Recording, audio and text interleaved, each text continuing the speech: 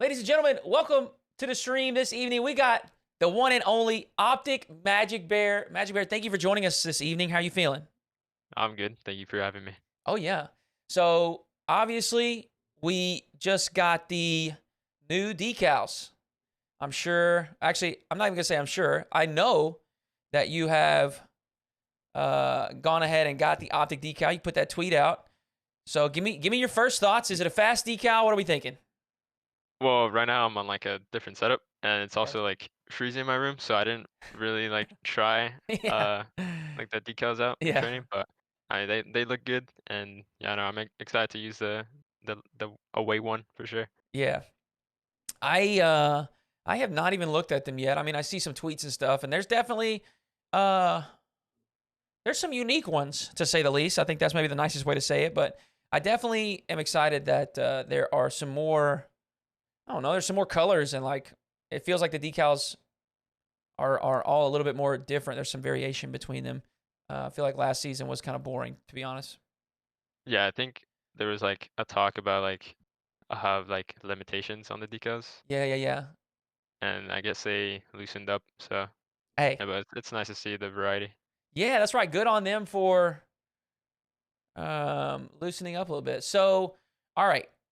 One thing that I want to talk about before we even get started talking about you.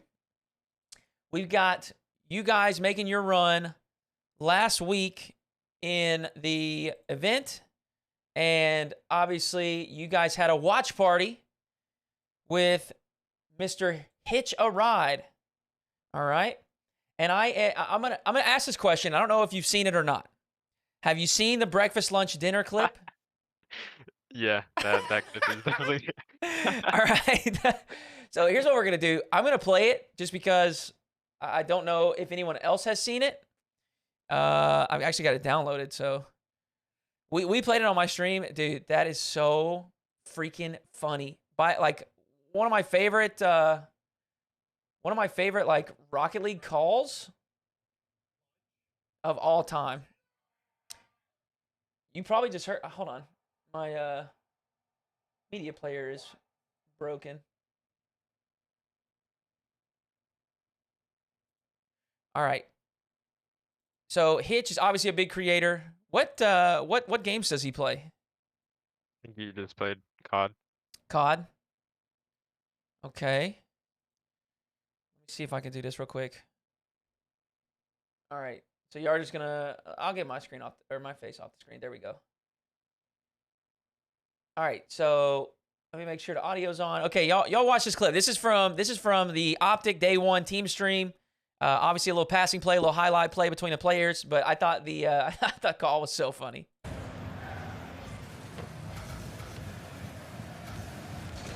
Breakfast. Lunch. Dinner! What? Absolutely incredible. Big shout out to Hitch bringing some like serious energy, man. He was No, bringing some for real. serious energy. So I'm assuming you guys watched the VOD back. He didn't actually have VODs Oh, okay. enabled, so I didn't actually see that clip until last night when I was streaming. Someone in my chat just like posted it, and Yeah. I was just like showing it on stream. It was actually so funny. I love it, dude. It's so funny because he starts with he says breakfast and then lunch is like a question. You know what I mean? Like he's like, is the play gonna happen? And then obviously he gets quite excited with the dinner thing. So I thought that was pretty funny. I wanted to talk about that before we got started. But onto the more important stuff. We're gonna talk about MaJicBear. And the first thing I want to ask is just before pro play was even a thought in your mind, before we do any of that, before you're even grinding ranked, how did you find Rocket League? Were you big into video games before? Did you have much of a background with that? Did you ever think about being a pro? Give us some background on MaJicBear and finding Rocket League. Yeah, I mean, the first like time I actually heard of Rocket League was through my brother. He was like going through like PS4 like free games for the month or something, Yeah. and he saw Rocket League and he had like all my brothers. I have like four other brothers and Whoa. he had all of us play it. So yeah, it was just like a fun experience. And before like I played Rocket League, I was like a big like Destiny 1 like uh player and Yeah. yeah, just transitioning to Rocket League was just like different. So Okay. So hold on. Before we go too far, we got 4 other brothers. So there's 5 of you yeah, I have also 2 sisters. and 2 sisters. Are y'all all pretty close in age? That's a packed house. Yeah, I'm the youngest at 17, and the oldest is 28. Man. Okay. Um, let me ask this. Did you guys have like multiple consoles, or was that always like an area of concern or issue where you guys had to share? Well, my brothers all had their own console, but Gotcha. me and my like full blood brother, Yeah. we just shared because we were Okay. closest to age. Okay. I was gonna say, with that many folks in the house and you know having to share a console, that might cause some strife, some issues between the two, some conflicts maybe.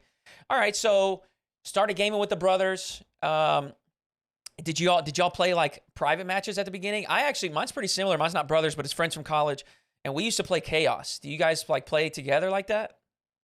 At first we just kind of like did private matches because we used to have some of my other friends Yeah. or my brother's friends join us, so it'd be like 8 players, just like 4-on-4 in private Yeah. matches. But yeah, it just started from there, and then one one of my brothers actually like stayed playing it, and Hmm. I stayed playing with him because all my other brothers they dropped it really Okay. quick. So yeah, I So just like stayed with one of my brothers to play. so you guys kind of started to grind together. Were y'all big into like trying to climb the ranked ladder? Uh, Only one of my brother was. I was just like playing it just to play it with him, Yeah. and I just ended up getting like slowly better. Yeah. It sounds like, after hearing some, and obviously I haven't spoken to that many pros, but hearing some different podcasts and some different pros and stuff, it does sound like they're like almost across the board. Everybody just starts playing because it's fun, and then they find themselves improving very quickly, and then once they realize like, wait a second, I'm getting better way faster than everyone else, then that's kind of when they start to get serious about it. So before the call, me and Magic Bear were talking a little bit, and you played sports. Do you think that background in like traditional sports and competitions like that, do you think that maybe um, has an impact on maybe why you enjoyed Rocket League so much? Um, Maybe. I think I never really played soccer that Okay. much. I was mainly just like football and basketball player. Yeah. And yeah, I mean, I guess just like soccer was like, you know, soccer with cars, it's just something Right. different. So I guess it just like intrigued me. Yeah. I think so I wasn't really a gamer growing up. I mean, I had some consoles and stuff. I just didn't put much time into it. I was really busy with traditional sports, but I think that's why Rocket League captivated me so quickly, because it's so similar to sports, right? I mean, obviously it's soccer or football, just like the real world football. But I think it's so similar to sports in the fact that like it's just there's no like kits or guns or there's no like different characters or anything. It's just the car, just the same as your sport. It's like just your body, and you just have to like execute better than your opponents. And I think that is, for me specifically, I think that's why it captivated me so quickly, because it was just a sport. You just played it on a video game instead.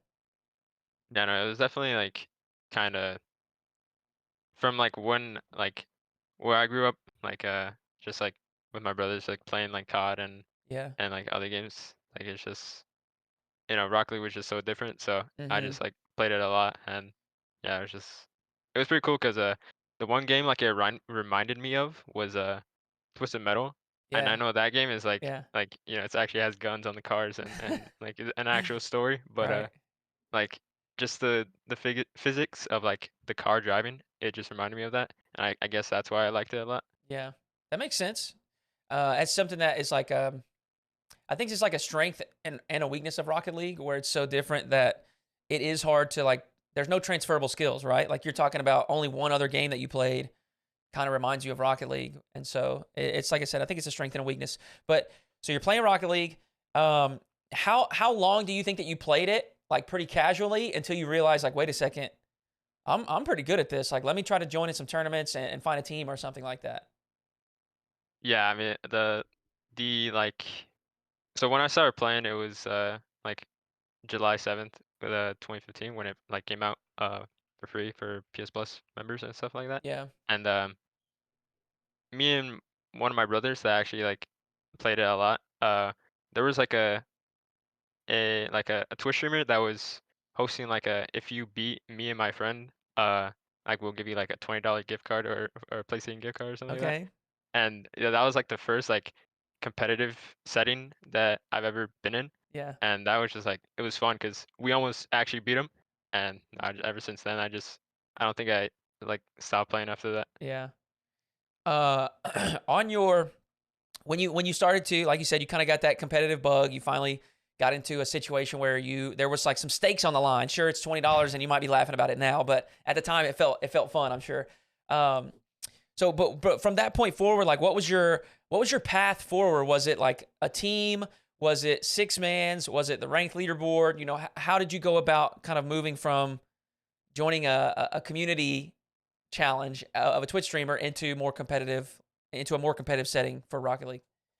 Yeah, so I was on PS4 and I was on PS4 for like 2 years. Yeah. Just like grinding ranked, and I got GC for the first time in season 3 when Okay. like they had that hotfix. It was like easy to get it for some Yeah. reason. I don't know. Yeah, Maybe yeah. You like played like 2 games and you MMR. jumped up like Yeah. multiple ranks. Yeah. Yeah, and the season before that, season 2, I was stuck like champ 2 Mm. and I could never get grand champ, and then season 3 it actually felt really good to actually hit GC. And Yeah. yeah, I just stayed GC since then, and I got a PC, and then I just started to play six mans and What year climb did you that get that ladder. PC? It was late 2017. It was like around my birthday, like December. Okay, so picked it up in 2015, played for a couple years, started to kind of get that competitive itch, got a PC, and once you jump over to PC, is the improvement like is it pretty quick? You feel it? Uh, it was definitely an improvement Yeah. because like just having a PC Yeah. is just so much better than a 30 FPS, PS4.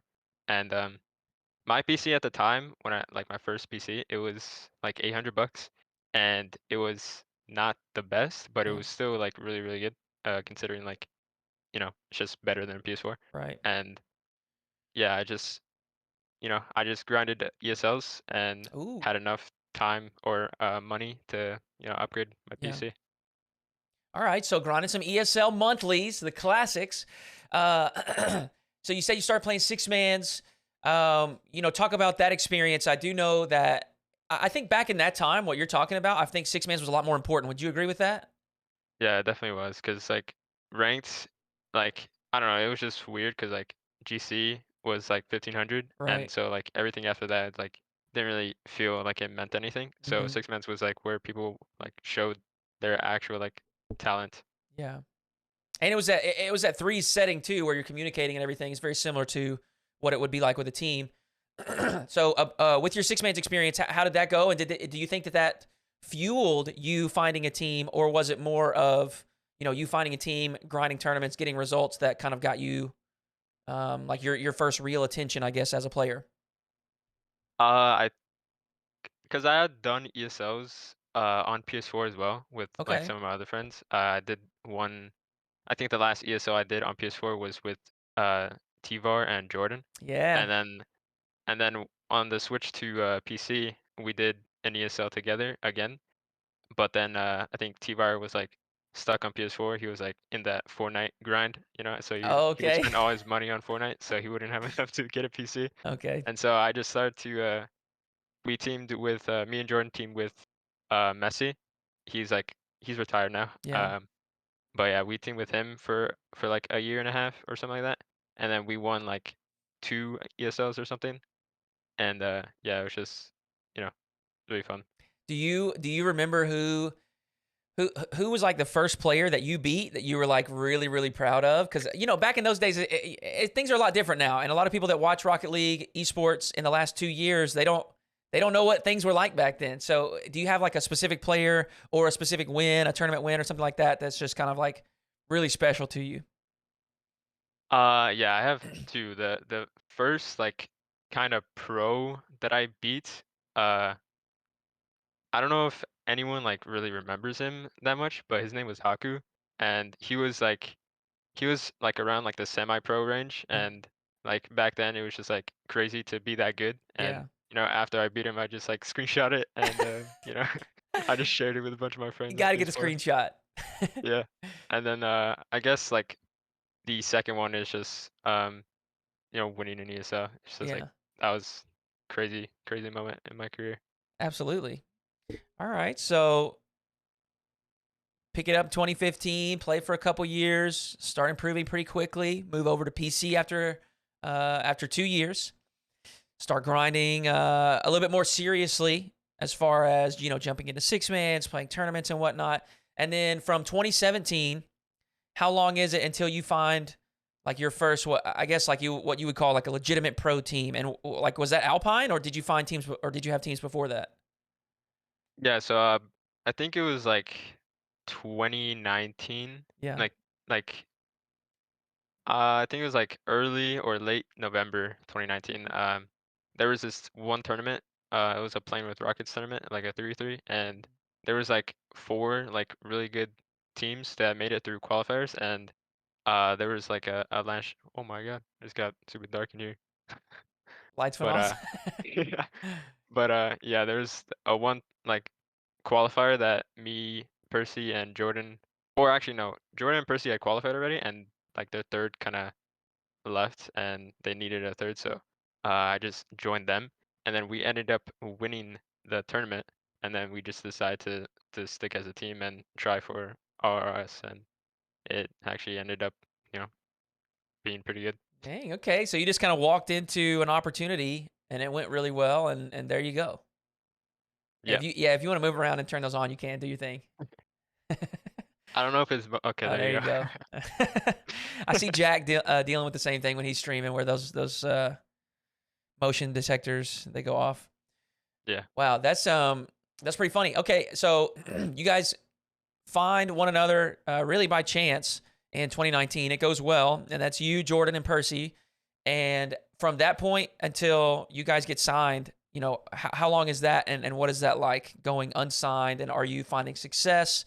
How is it? I guess hunting for an org at that time. Yeah, like going into RRS plans, Yeah. we were under Affinity, and Okay. we just like kind of like dominated our side of the bracket going into plans. So we qualified for RRS season 6, Yeah. and uh, we ended up getting signed by Omni Nation, and then we ended up, winning RRS, and after that, we decided that it would be like best because we had other offers from bigger orgs as we just made RLCS Yeah. off of winning RLS. So yeah, we had other offers, and we just decided to take up on Alpine's offer, and yeah, it's just that's the start of A little Alpine. story there. Okay. That's pretty Turning down incredible, the man. I'll be. Warriors. Say it again. Oh no, I was reading Greg's message. He said I turned down the Warriors because they had asked me for a tryout, and Yeah. I turned them down because I said I was teaming with Jordan and Percy. So Well, things panned out okay. All right, so I'll be honest. I actually I kind of forgot about that. I didn't realize, or I didn't remember you guys in RLRS. I definitely was not. I think, to be honest with you, I think that was when I was like a very casual Rocket League esports fan. Like I hadn't really dove into it, as much as I have now.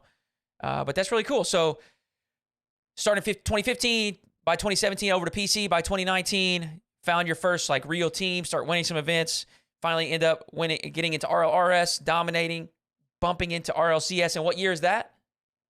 this 2020. Early 2020. 2020. Okay, so 2020, and then we got obviously the Alpine rebrand to Torrent. And just talk to me a little bit about your time on Torrent as a player and with that team. Obviously, you went through I think one roster change or two, maybe. No, yeah, it was 2. Two. Okay, so how did that go? I mean, like the first real RLCS team, first real opportunity for I guess a top tier team. Talk to me a little bit about Torrent and that experience. Yeah, when we first, uh, us as Alpine, when we first played RLCS X, me, Percy, and Jordan, we did really good in the fall split, Yeah, and then I don't know really what happened in the winter. We kind of like slumped at like 12th place or something like that, and yeah, it's just like a really bad split. yeah, And going into spring split of RLCSX, it was kind of weird because we had done like playstyle changes and nothing seemed to be working until like the last regional of the spring split. And then after everything like started to get better, Percy decided to leave, and then me and Jordan decided to pick up Kinsey in the off season, going into RLCS 2021 to 2022. And then yeah, I'd say we had like a slow start to Yeah. RLCS 2021 to 2022, and I don't know, it's a weird situation to have like a bad split and then a following bad split, and then Yeah. things just kind of like exploding in the spring split, Yeah.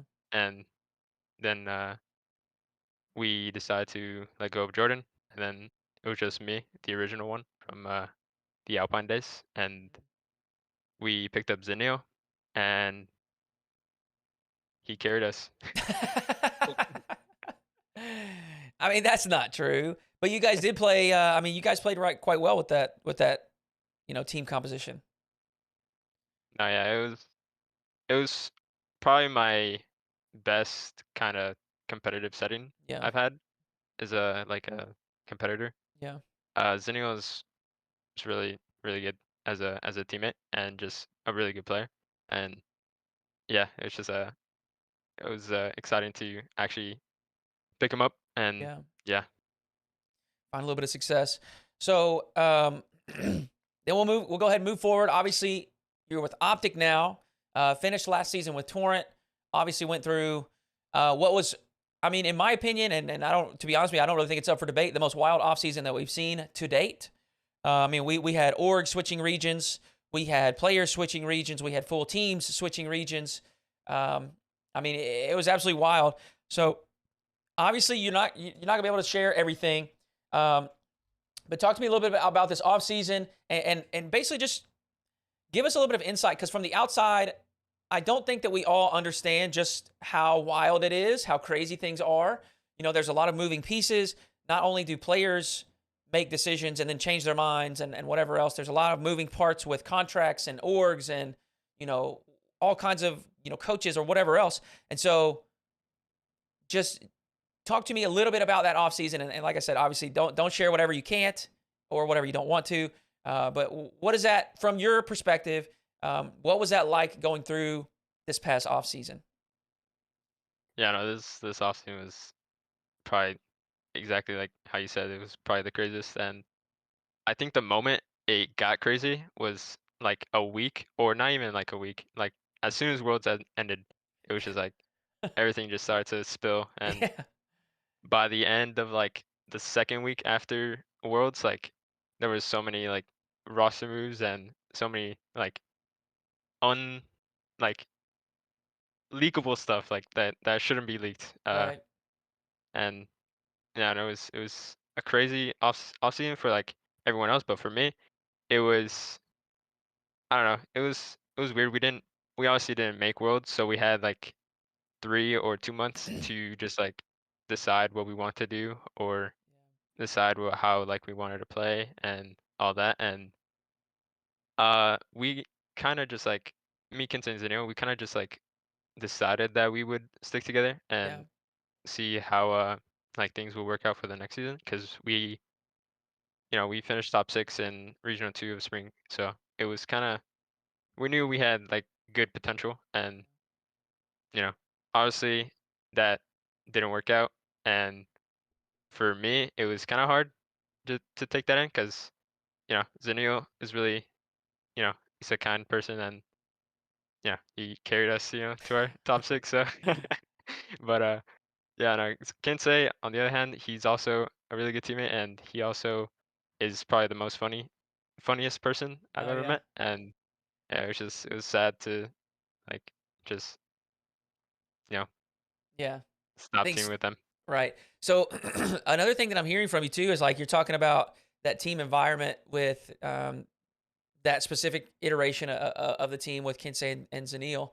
And obviously you've had a few different teams up until that point, and you said that was probably up till that point is probably the best team environment. And so just talk to us a little bit about team environment and like how much that impacts a team's performance? You know, how important is that? Because, you know, all of us armchair analysts sitting on the outside, we talk about all kinds of things, but all we see is that car on the field, and all we see is stats, right? We don't think about you guys as people. And I don't mean that rude or anything, but like it's like we forget that y'all are humans, and there are three people that have to get along and talk about what they want to do and how they want to practice, or if they want to practice and how much they want to practice, and what they want to do play style wise, or how to deal with losses, or how to whatever make changes. And so, you know, how important do you think that is as far as like a team environment and building a cohesive team environment where everybody's kind of on the same page? Yeah, I think team environment for me is probably like the most important thing.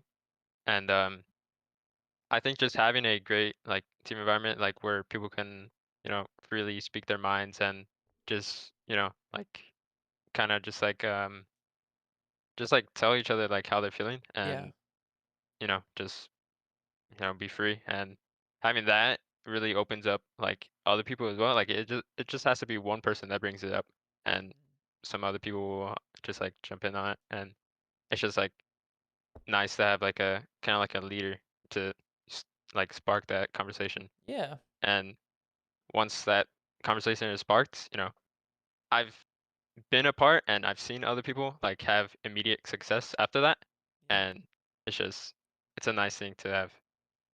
Very nice. Okay, so for you specifically, you say is the most important part. Well, let's kind of roll into your most recent and your current situation with OpTic. Um, talk to us a little bit about this team.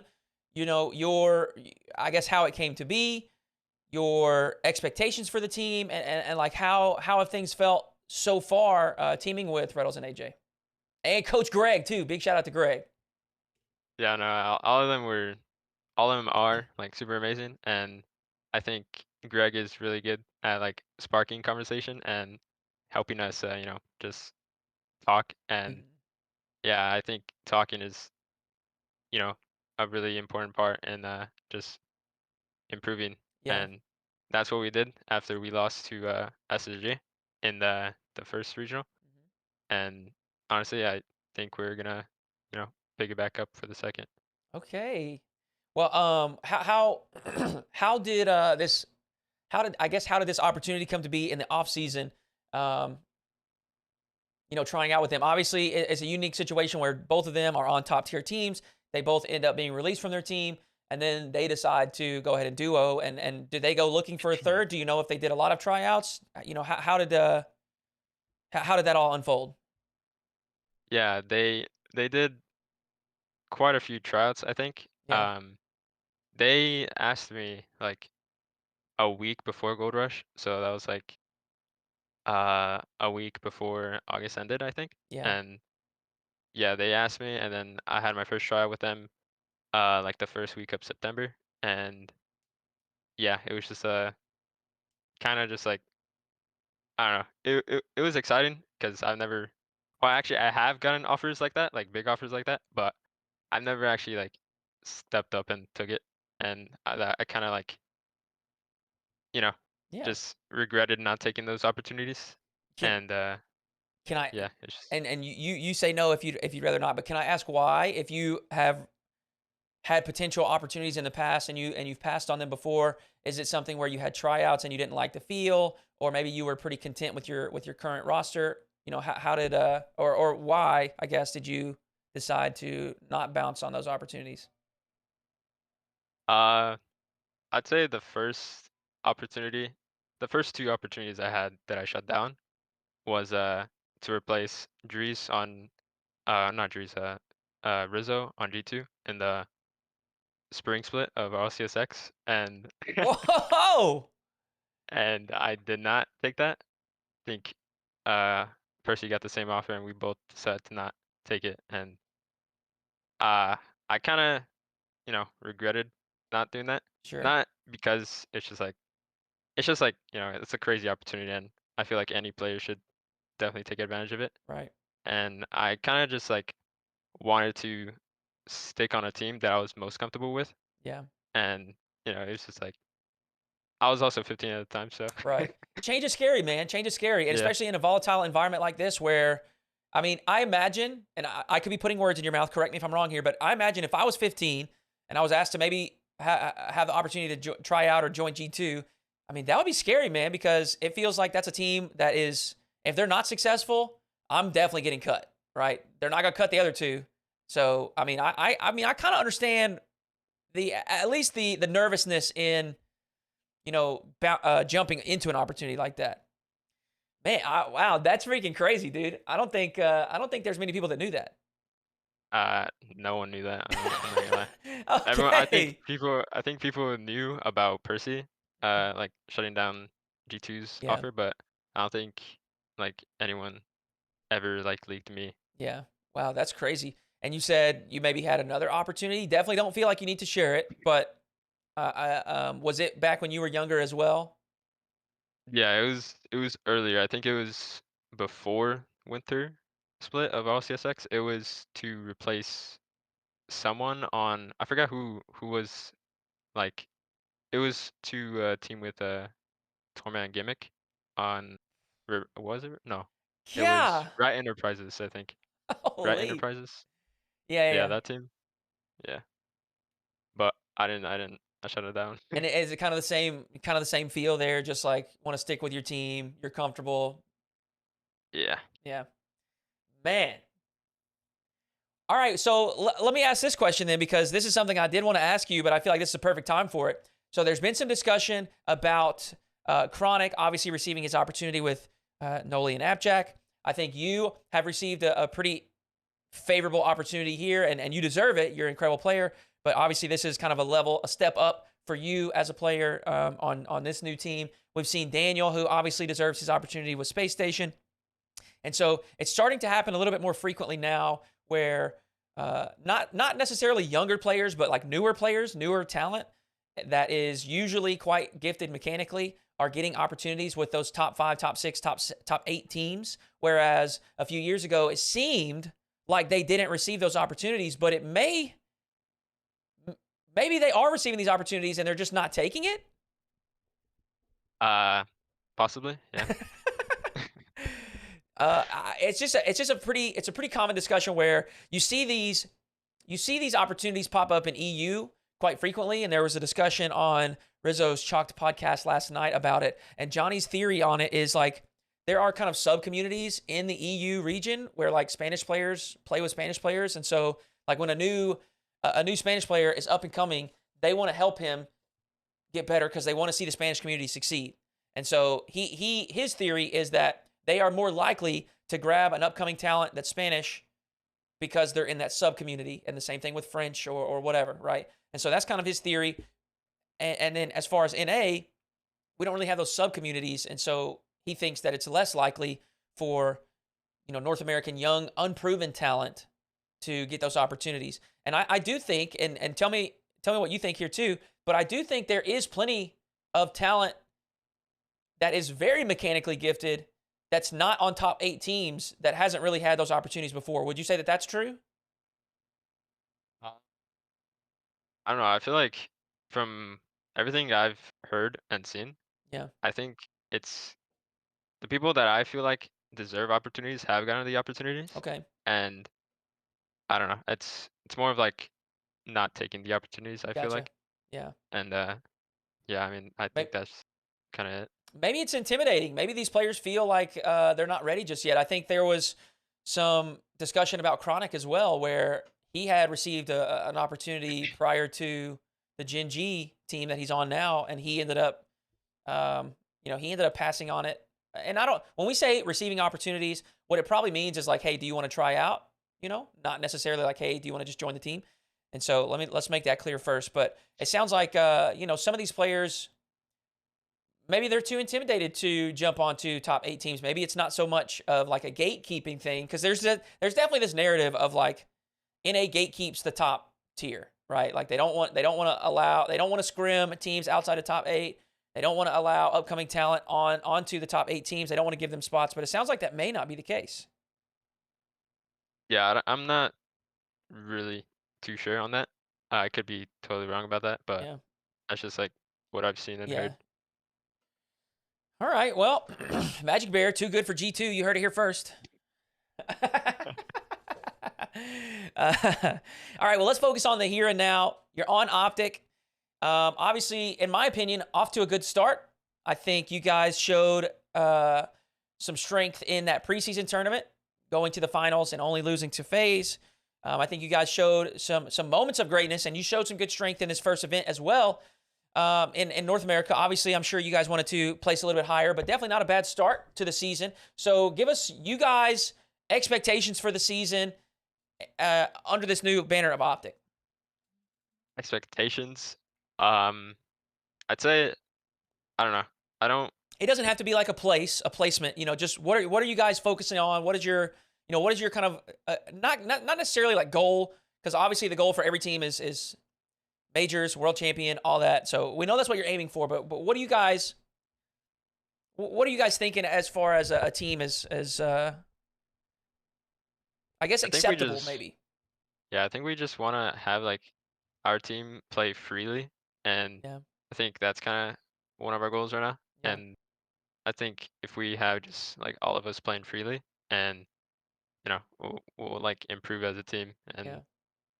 obviously, our goal right now is just to make fall major, and getting tied for 5th is like kind of, it's still good, Yeah. but we wish we could have done better. Right. So I've definitely heard, you're talking about free. I've definitely heard Reddles and maybe even AJ as well in different videos or whatever talk about how you guys feel like it's a good team composition, a team fit, because it feels like no one has to make sacrifices. Like everyone gets to play the style that they want. Would you say that's true? For the most part, yeah. I Yeah. think it kind of changes sometimes Sure. during game days, just because like have nerves and Right. just like different teams and how they play on the game days as well. Yeah. But generally in scrims, it sometimes like feels like more times than not it feels smooth. Yeah. And I think we're just trying to like make that more of a reality on game days. There you go. I mean, in all reality, it is still very early. You guys haven't been teaming for all that long, and one unique thing about you guys is y'all are boot camping. Is that right? Or essentially boot camping? Yeah, we are boot camping. We're in Dallas, Texas right now. So the whole team, Yeah, every Coach single Greg. one is, yeah. Yeah. So all three of the players and Coach Greg are all in Dallas. I can tell you're in a facility right now. The facility's are they pretty wicked? They are. The one I'm in right now is the Envy one, the Envy office, Yeah. and I went to Hex quarters like a few days after I got here, and yeah, that place is also really cool. And yeah, the Envy office though we're using because our apartment is like a 2-minute walk, Yeah. so it's Keep it just close. convenient. Yeah. Yeah. So just a quick, like, last final thing about OpTic. Like, that's one of like the largest and most successful, most famous, most popular organizations in esports. Does that feel kind of crazy to be playing for OpTic? Yeah, it definitely does. I think the most like hyped people are my family members. Yeah. My brothers especially, because they grew up playing COD, and they obviously were older and they knew a lot more like pro players, and they watched a lot of esports, and just like they grew up with COD, so Yeah. just to see me on OpTic, they like freak out sometimes. That is so sick, dude. That's incredible. So we did talk about obviously your main goals as a team, making majors, making or placing well in regional events, and then obviously hopefully heading to the World Championship. So I do want to talk about the NA landscape for a little bit, because obviously it's wild. This is probably the most competitive the top of NA has ever been. One of the issues that, if you rewind all the way to the beginning and you say like the first 7-8 seasons or so of pro play, NA has always been very top heavy. You remember the era of the big three, G2, NRG, Cloud9. Really nobody beat them. They just beat up on each other, etc. And then as you move forward, it slowly started to get a little bit stronger in the 4 spot, 5 spot, 6 spot. But now we got Furia moving in. Last season we had Complexity moving in. They brought CRR over. And now we got Gen G is another move in. And you guys, I know that y'all were all players in North America, but y'all are essentially a whole new team as well. That's 4 teams within the top 8 that like didn't exist 2 years ago. Yeah, So it, what do you crazy. think about the NA landscape? It's really crazy because there's only 5 major spots, Hmm. and I feel like there's at least like 9 or 10 teams that all have like contention for it, Yeah. and it's kind of exciting, but it's very scary at the same time. Right. It's exciting for me. It's scary for you.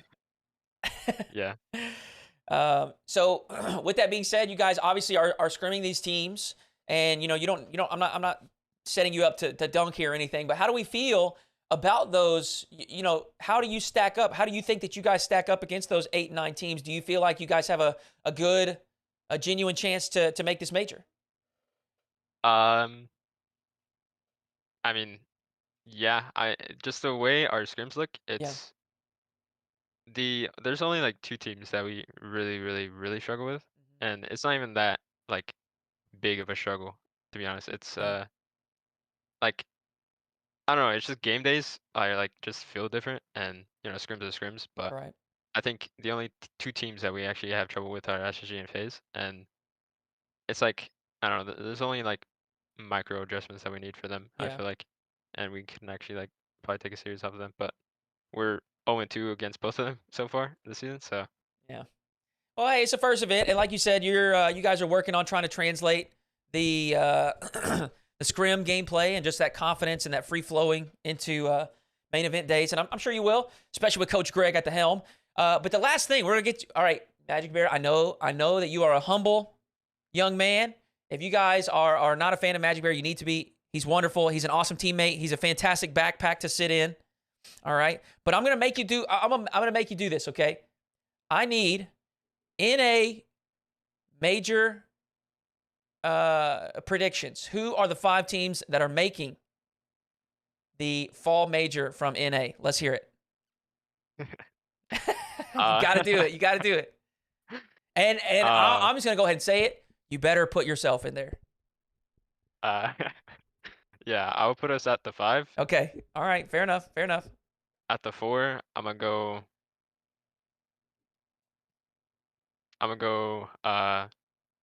SSG. Okay. At the 3, I'll probably have to put Genji. Okay. 2 would be G2 and FaZe at number 1. Okay. So we got FaZe, G2, Genji, Space Station, and OpTic are going to be the 5 representatives for North America in the fall major. You heard it here from MaJicBear. Man, thank you so much for joining us this evening. I hope you guys enjoyed listening to MaJicBear. I know I certainly did. Do you have anything that you want to say before we close the show? I got nothing.